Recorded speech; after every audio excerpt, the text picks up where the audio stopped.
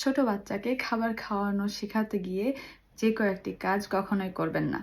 Number 1, বাচ্চাকে একসাথে অনেক ধরনের খাবার দিয়ে দিবেন না। একটা একটা করে ইন্ট্রোডিউস করুন।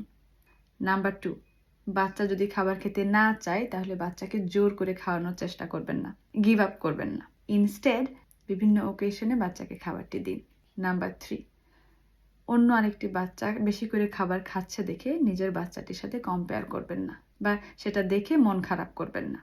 আই নো অনেক সোশ্যাল মিডিয়াতে অনেক ধরনের বাচ্চাকে দেখা যায় যে একা একা খাচ্ছে, ছোট্ট বাচ্চা, সে একা একা অনেক খাবার খেয়ে ফেলছে, বাট আপনার বাচ্চা খাচ্ছে না দেখে সেজন্য আপনার মন খারাপ হচ্ছে, সেটা কখনোই করবেন না।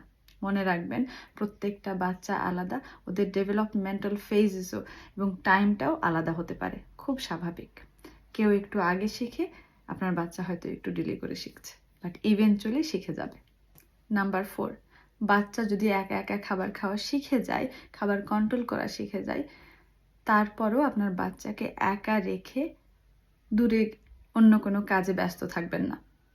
মনে রাখবেন, আপনার বাচ্চা এখনও লার্নিং ফেজ দিয়েই যাচ্ছে এবং জাস্ট অল্প একটু খাওয়া শিখছে, তার মানে এই না যে ওকে একা ছেড়ে দিয়ে অন্য কোথাও চলে যাওয়ার মতো হয়ে গিয়েছে। আপনি আপনার বাচ্চার সামনে থেকে, সামনে বসে ওকে খাওয়ানো শেখাবেন, তখন কিন্তু ওই সময়টাও অনেক এনজয় করবে।